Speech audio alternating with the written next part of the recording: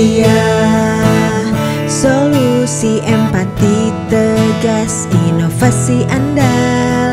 Setia, solusi empati tegas, inovasi andal. Pelayanan publik yang prima bagi Jakarta.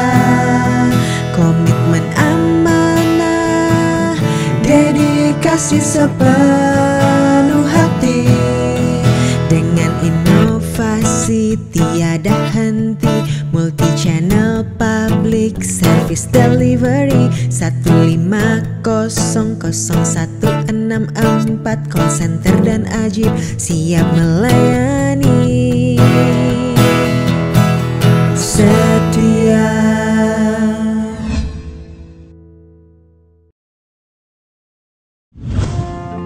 Disahkannya Undang-Undang Nomor 2 Tahun 2024 tentang Provinsi Daerah Khusus Jakarta telah memberikan kepastian terhadap perubahan status kota Jakarta dan juga perannya dalam pemerintahan Republik Indonesia.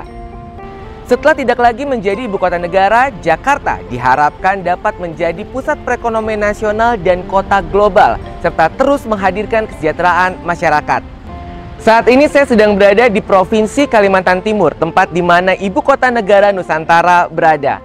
Saya akan mengajak pemirsa untuk ngobrol seru bersama dengan orang nomor 1 di Provinsi Kalimantan Timur sekaligus Direktur Jenderal Otonomi Daerah Kementerian Dalam Negeri Republik Indonesia.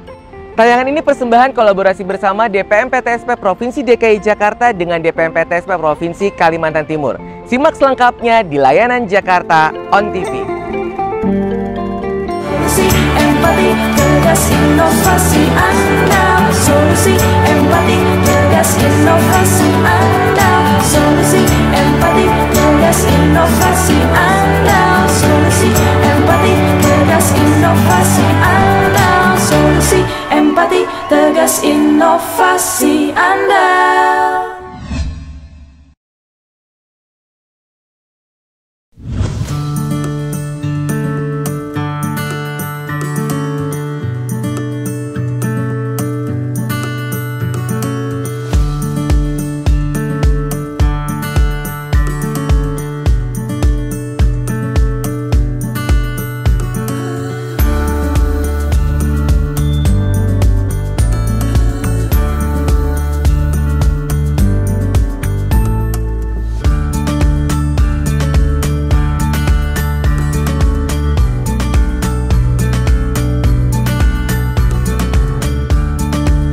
Bagi warga daerah Jakarta, sekarang disebut daerah khusus Jakarta, ingin menyampaikan baik masyarakat atau pelaku usaha bahwasanya mengurus izin itu mudah.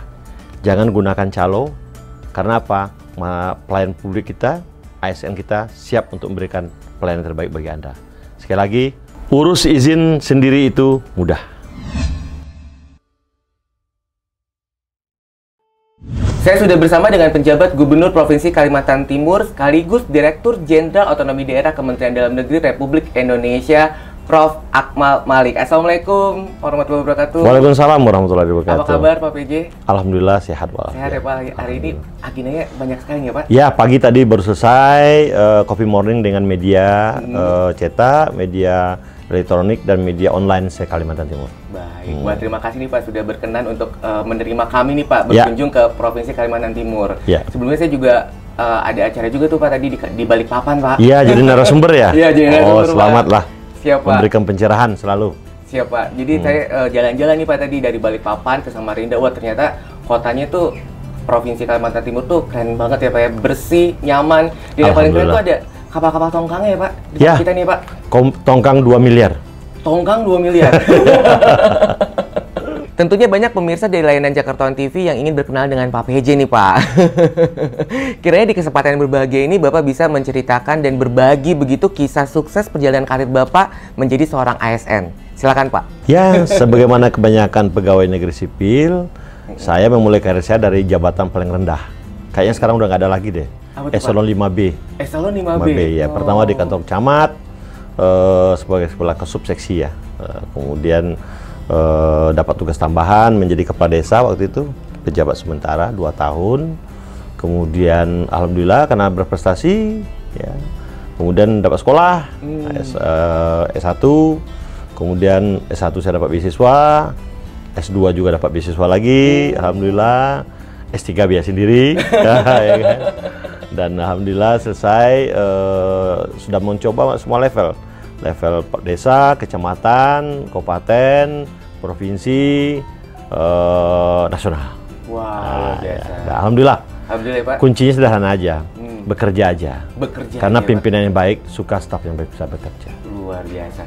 Tadi saya sempat Google juga tuh, Pak, jabatan-jabatan Bapak tuh strategis semuanya nih, Pak. Tadi yang disebutin kan dari awal-awal nih. Nah, yang terakhir adalah yang sangat strategis nih terkait dengan PJ Gubernur, Pemprov Kaltim dan juga Ditjen Oda, dan sebelumnya juga PJ Gubernur Sulawesi Barat ya, Pak. Iya. Lalu bagaimana nih, Pak, Bapak kiatnya untuk bisa menyesuaikan diri begitu, Pak, dengan tugas dan amanah yang Bapak emban begitu, Pak? Kita bersyukur pandemi COVID-19 kemarin itu menyadarkan birokrasi kita tentang pentingnya pendekatan-pendekatan digital di dalam melaksanakan tugas-tugas administrasi dan pelayanan publik. Dulunya kan tidak, kita selalu maksain harus terbang ke sana. Kalau sekarang kan tidak. Kita bisa dengan menggunakan aplikasi yang kita buat. Saya contoh, salah satu tugas saya di otonomi daerah adalah memfasilitasi semua produk hukum daerah provinsi. Ya, Perda seluruh Indonesia, Perda, peraturan kepala daerah gitu loh. Juga mutasi antar provinsi. Kan setelah dari BKN kan juga nanti ke Kemendagri dan Ditjen Oda yang tanda tangan. Itu satu hari hampir 100 ya. Tapi semua kita gunakan dengan pendekatan-pendekatan digital. Ya, tidak ada lagi yang namanya bertemu, datang menghadap, tidak ada lagi ya. Semua masuk ke sistem. Nanti ketika semua sub-sistemnya bekerja dengan baik, sudah sesuai, semua meng-approve sesuai dengan aturan, ya udah kita langsung approve. Jadi langsung kepada yang mengajukan pelayanan. Contohnya kita pindah dari provinsi A, provinsi B. Tidak perlu lagi datang ke Jakarta bawa berkas-berkas. Atau lagi fasilitasi Perda di provinsi Papua, tidak perlu lagi datang ke Jakarta. Cukup di-input, ya. Nanti staf saya akan bekerja, melihat, kemudian nanti terakhir di saya akan approve. Oh, jadi digitalisasi itu adalah kunci untuk kita bisa menyesuaikan efisiensi dan efektivitas penyelenggaraan pemerintahan. Jadi dimanapun kita berada, saya walaupun lagi ke luar negeri, tetap bisa kita bekerja. Gitu. Dari manapun. Jadi memang kebijakan penyelenggaraan pemerintahan berbasis elektronik yang digagas oleh Pak Presiden harus kita laksanakan. Baik, luar biasa Pak PJ. Pak PJ, apa saja nih program strategis daerah pemerintah Provinsi Kalimantan Timur saat ini, Pak? Yang pastinya salah satu dari 8 program yang menurut saya sangat menjadi dari kita adalah dukungan kita terhadap Ibu Kota Nusantara. Program-program dukungan terhadap IKN. Kita tahu Undang-Undang Nomor 3 2022 dulu ya, yang kemudian berubah jadi Undang-Undang 21 tentang IKN, kemudian hadir juga Undang-Undang Nomor 2 2024 tentang Daerah Khusus Jakarta kan, yang menyebabkan nanti Ibu Kota Nusantara akan beroperasi ya setelah keluar Kepres. Ya, kami sebagai daerah yang berada di sekelilingnya IKN tentu harus menyiapkan berbagai langkah agar proses pembangunan IKN tidak hanya pembangunan di sisi fisik, tapi pembangunan ekonomi, budaya, ataupun sosialnya bisa berjalan dengan baik gitu loh. Nah, langkah-langkah apa itu? Ya tentunya sampai hari ini kan teman-teman dari UKN kan masih terbatas nih pembiayaannya, dukungan sumber daya manusianya.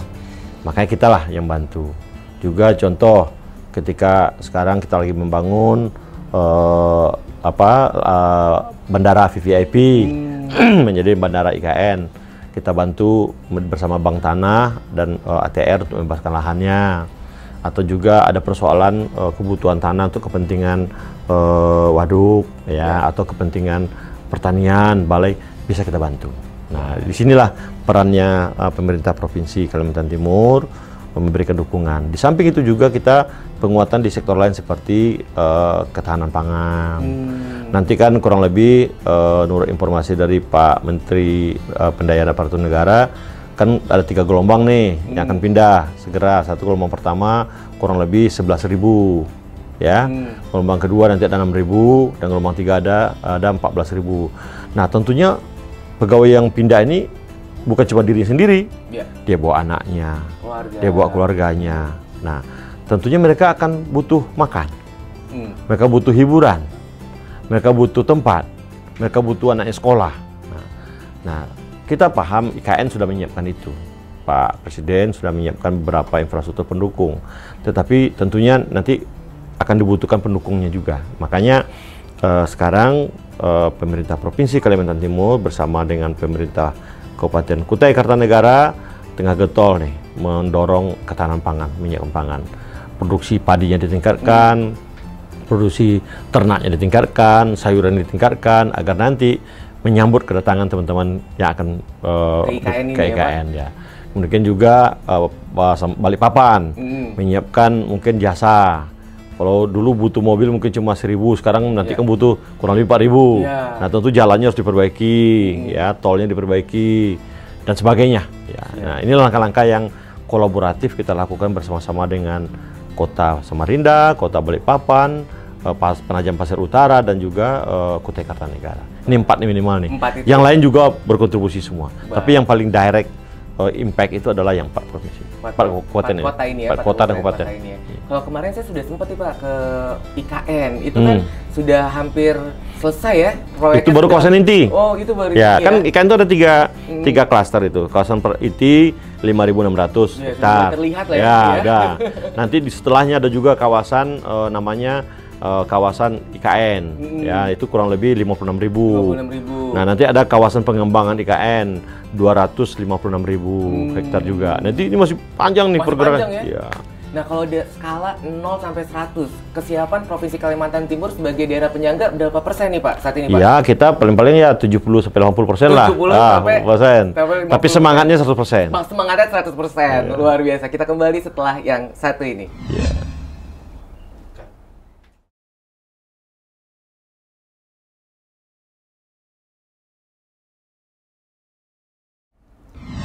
Masih di episode spesial layanan Jakarta On TV, persembahan kolaborasi DPM PTSP Provinsi DKI Jakarta dengan DPM PTSP Provinsi Kalimantan Timur. Prof, lanjut lagi nih Pak Benji nih terkait dengan otonomi daerah nih Pak. Di segmen ini kita bicara khusus tentang otonomi daerah Jakarta nih Pak, khusus Jakarta nih Pak. Ya, kenapa?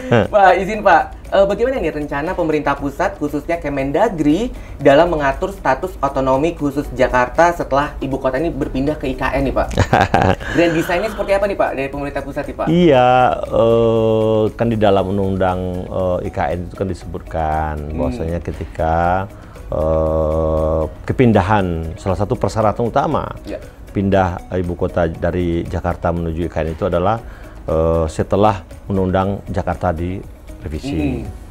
Alhamdulillah kemarin sudah hadir undang-undang nomor 2 2024 tentang Provinsi Daerah Khusus Jakarta. Nah tentunya undang-undang ini mengatur secara detail bagaimana mulai dari status, fungsi. Dulu Jakarta itu adalah ibu kota Nusantara, ibu kota negara, ibu kota provinsi kan.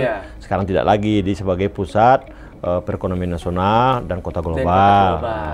Fungsi-fungsinya juga berbeda. Nah, kemudian juga dulu di dalam Undang-Undang Nomor 27 2009 tentang DKI sebagai ibu kota negara, itu DKI punya 12 kewenangan, cuma tidak detail. Sekarang lebih detail, dibuat 3 klaster. Ada kewenangan di bidang kelembagaan, DKI bisa mendesain kelembagaannya sendiri, DKI bisa menentukan besaran tunjangan untuk karyawan sendiri, bahkan bisa merekrut ya pegawai untuk sesuai dengan kebutuhan DKI sendiri, DKI Jakarta sendiri.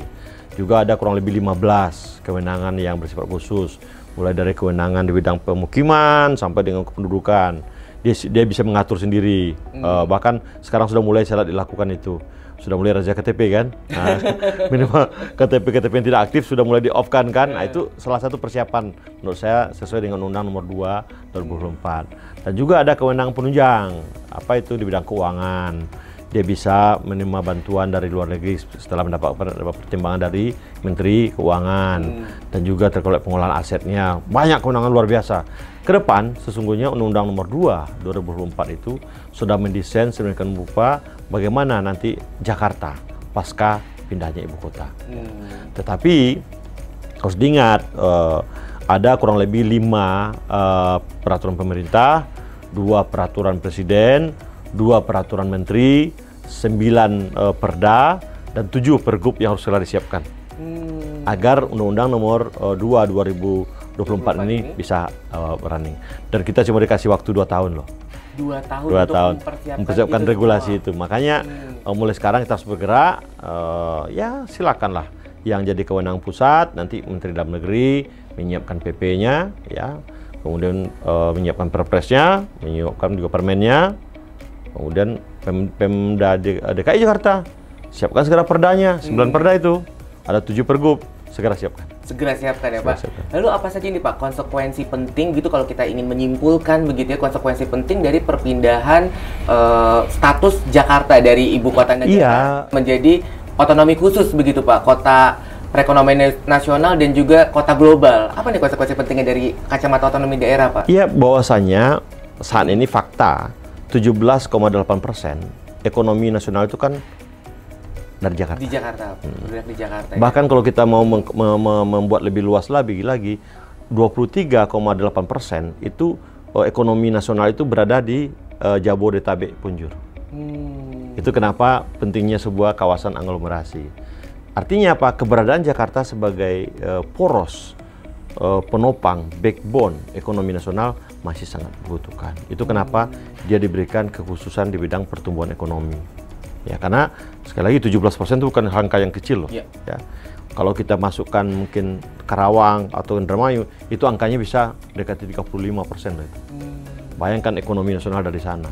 Itu kenapa kehadiran undang-undang khusus Jakarta ini memberikan ruang akan ada privilege, ya, ada kekhususan kepada Jakarta untuk mengolah otonominya secara khusus agar tetap menjadi penopang pertumbuhan ekonomi nasional, dan sekali lagi dia akan menjadi kota global kebanggaan Indonesia.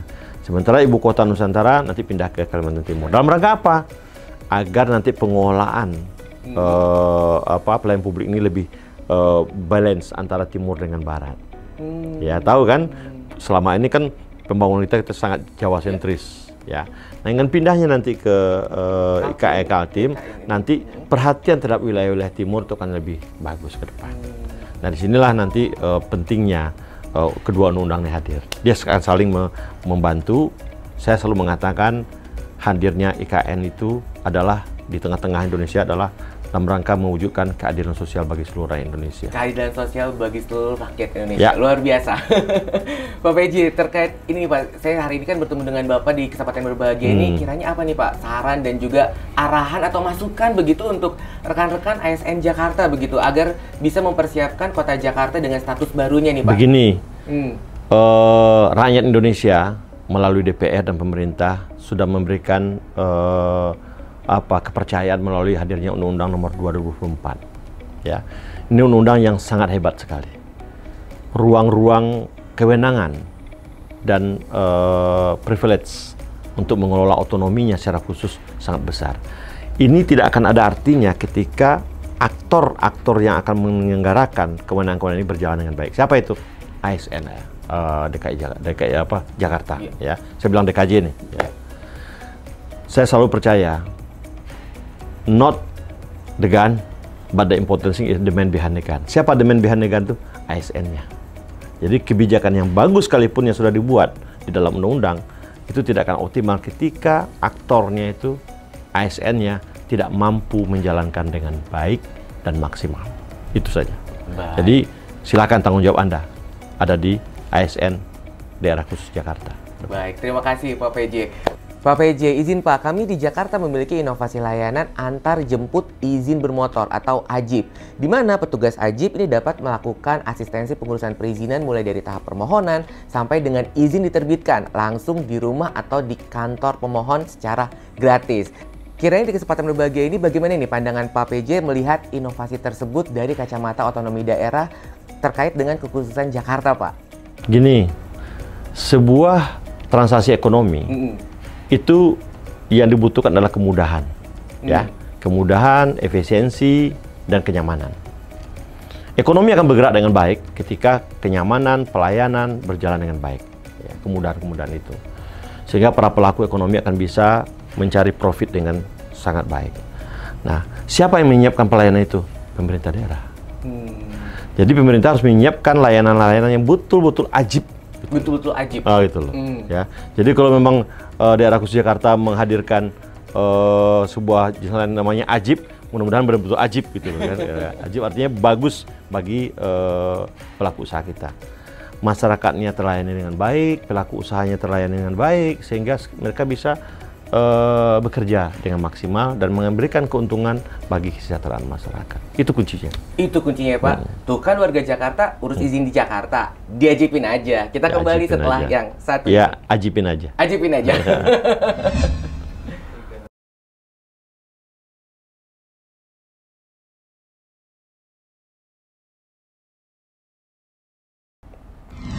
Masih dalam episode spesial layanan Jakarta On TV persembahan kolaborasi DPM PTSP Provinsi DKI Jakarta dengan DPM PTSP Provinsi Kalimantan Timur.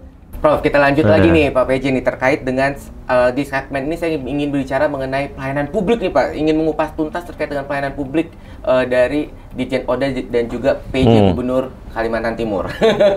Bagaimana nih Pak PJ melihat potret pelayanan publik di Indonesia saat ini Pak dari kacamata otonomi daerah Pak? Ya, sejatinya otonomi daerah itu kan dihadirkan agar daerah bisa mengoptimalkan potensi mereka, sehingga itu tercermin dari kualitas pelayanannya yang betul-betul berbasis karakteristik daerah masing-masing. Dengan demikian, mereka lebih paham jenis layanan apa, metode layanan apa, bentuk apa yang harus disiapkan untuk warganya masing-masing. Itu kenapa ruang fleksibilitas untuk pelayanan publik pada daerah sangat diberikan. Tapi sekali lagi, kita ini negara kesatuan loh, ya. Bahwasanya penanggung jawab terakhir dari penyelenggaraan pemerintahan adalah presiden. Jadi pelayanan publik yang dibuat itu haruslah berbasis kepada tercapainya visi presiden sebagai penanggung jawab terakhir penyelenggaraan pemerintah daerah. Nah, itu yang harus dilakukan oleh semua daerah di Indonesia. Faktanya, ini memang kita masih harus banyak belajar ini, ya. Karena seringkali pelayanan publik kita tuh cenderung idle, terkotak-kotak. Dan cenderung agak susah berkolaborasi. Koordinasi itu bahasa yang enak dikatakan, tapi kadang-kadang sulit untuk dilakukan. Ya. Sehingga harusnya kita belajar dari pengalaman DKI sendirilah, DKI Jakarta sendiri, ketika masih ada badan kerjasama kawasan dulu. Betapa sulitnya menyatukan penyelesaian penyelenggaraan banjir antara Banten, Bogor. Nah, sejatinya tidak begitu. Harusnya memang kita lebih mengedepankan apa sih tujuan akhir dari sebuah pelayanan publik. Ya kesejahteraan masyarakat, keamanan masyarakat, kenyamanan masyarakat gitu loh. Sehingga nanti entitas-entitas baik mau Jakarta, mau Jawa Barat, mau tinggal duduk bersama kok. Orang warga Bogor juga bekerja di Jakarta, Banten juga di sana, berbalik aja. Cuma kadang-kadang egoisme administratif yang kadang seringkali membuat semuanya kan jadi tidak efisien. Gitu. Baik Pak, acara hari ini kan kita kolaborasi antara dua dinas PMPTSP, dua provinsi nih, Provinsi DKI Jakarta dan juga Provinsi Kalimantan Timur. Lalu menurut pandangan Pak PJ begitu, seberapa penting sih Pak izin untuk para pelaku usaha dan masyarakat begitu Pak? Sebuah pelaku usaha itu butuh kepastian hukum. Ya. Kepastian hukum agar usahanya tidak mendapatkan persoalan-persoalan di kemudian hari. Yang namanya usaha itu pasti ada risiko. Ya. Untuk meminimalisir risiko, pentinglah bagi pelaku usaha untuk mendapatkan legalitas. Legalitas melalui apa? Melalui izin. Ya. Itu kenapa pemerintah itu hadir untuk memastikan kepastian hukum bagi para pelaku-pelaku usaha dan membuat pelaku usaha-perusahaan lebih aman bekerja. Lebih nyaman berusaha, ya, karena pasti di dalam interaksinya dengan antara penjual dan pembeli pasti ada hal contoh one prestasi dan sebagainya. Itu kenapa perizinan menjadi sangat penting agar Anda mendapatkan perlindungan hukum dari pemerintah. Baik, jadi perizinan itu sangat penting ya Pak. Lalu pertanyaan berikutnya nih Pak, seberapa penting pendekatan komunikasi dalam penyelenggaraan pelayanan publik nih menurut Pak PJ nih? Ya. Faktanya juga kadang-kadang regulasi kita itu kan multitafsir. Ya. Tidak semua orang awam mampu membaca regulasi itu secara baik. Itu kenapa dibutuhkan komunikasi yang sangat efektif untuk menjelaskan kepada pihak-pihak, pelaku ekonomi, masyarakat tentang apa sejatinya maksud dari hadirnya sebuah kebijakan.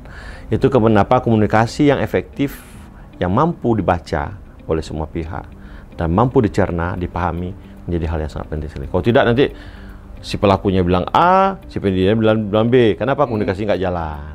Nah, itu kenapa bagi saya bangunlah komunikasi yang betul-betul mudah dipahami oleh semua pihak dan enak dikerjakan. Sekali lagi kuncinya adalah komunikasi. Saya selalu bilang begini nih, kadang-kadang ribuan regulasi yang sudah kita buat tuh seringkali tidak tepat menyelesaikan masalah. Tapi satu komunikasi yang efektif, insya Allah selesaikan masalah yang baik. Luar biasa. Pak PJ, terakhir nih sebagai pernyataan penutup, apa nih harapan Pak PJ terhadap penyelenggaraan pelayanan publik di Indonesia? Silakan Pak. Ya, bahwasanya sebagai penyelenggara penyedia pelayanan publik kita diminta untuk lebih paham kebutuhan dari orang yang kita layani. Kunci itu dulu. Seringkali terjadi persoalan antara penyedia layanan dengan yang pemberi layanan. Kenapa? Mereka tidak punya tidak paham kebutuhan bersama itu. Memahami kebutuhan bersama antara penyedia layanan dengan mereka yang menggunakan layanan itu menjadi sesuatu hal yang penting dulu. Agar sekali lagi kita bisa membangun sebuah kolaborasi yang baik. Kolaborasi yang baik akan bisa menghasilkan dampak yang baik bagi semua pihak gitu.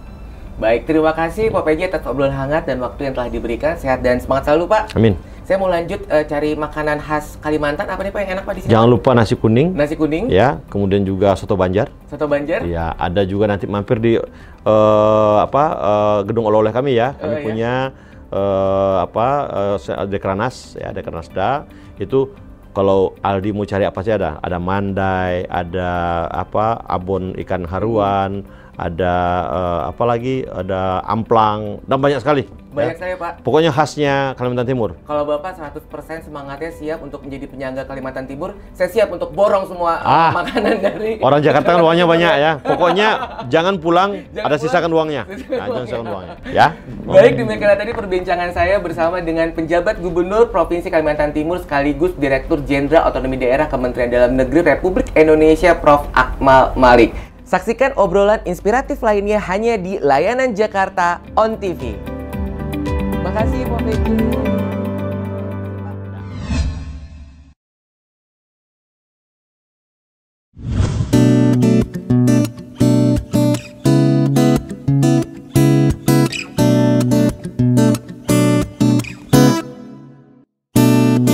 Sekian lamanya kita tak berjumpa, namun tak sengaja berpapasan ku denganmu. Tatapan yang sama, rasanya yang lama, namun ku kecewa, kau tak peka. Oh, telah lama ku menunggu dirimu, tak coba hubungiku. Salah hatiku berharap padamu, mencari yang tak pasti. Wahai kau bunga hatiku, menanti dirimu.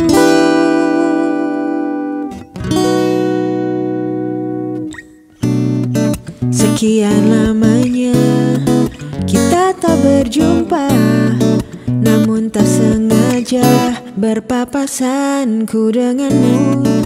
Tatapan yang sama, rasanya yang lama, namun ku kecewa, kau tak peka.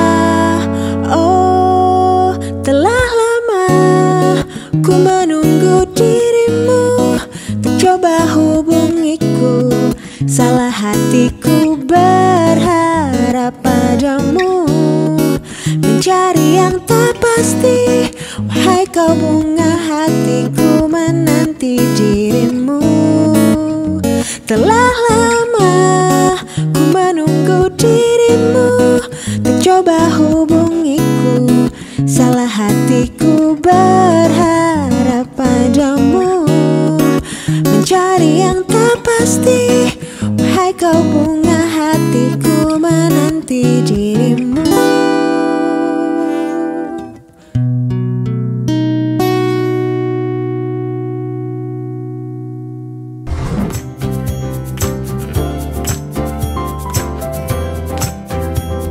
Urus izin sendiri. Urus izin sendiri. Urus izin sendiri itu mudah. Follow Instagram @layananjakarta.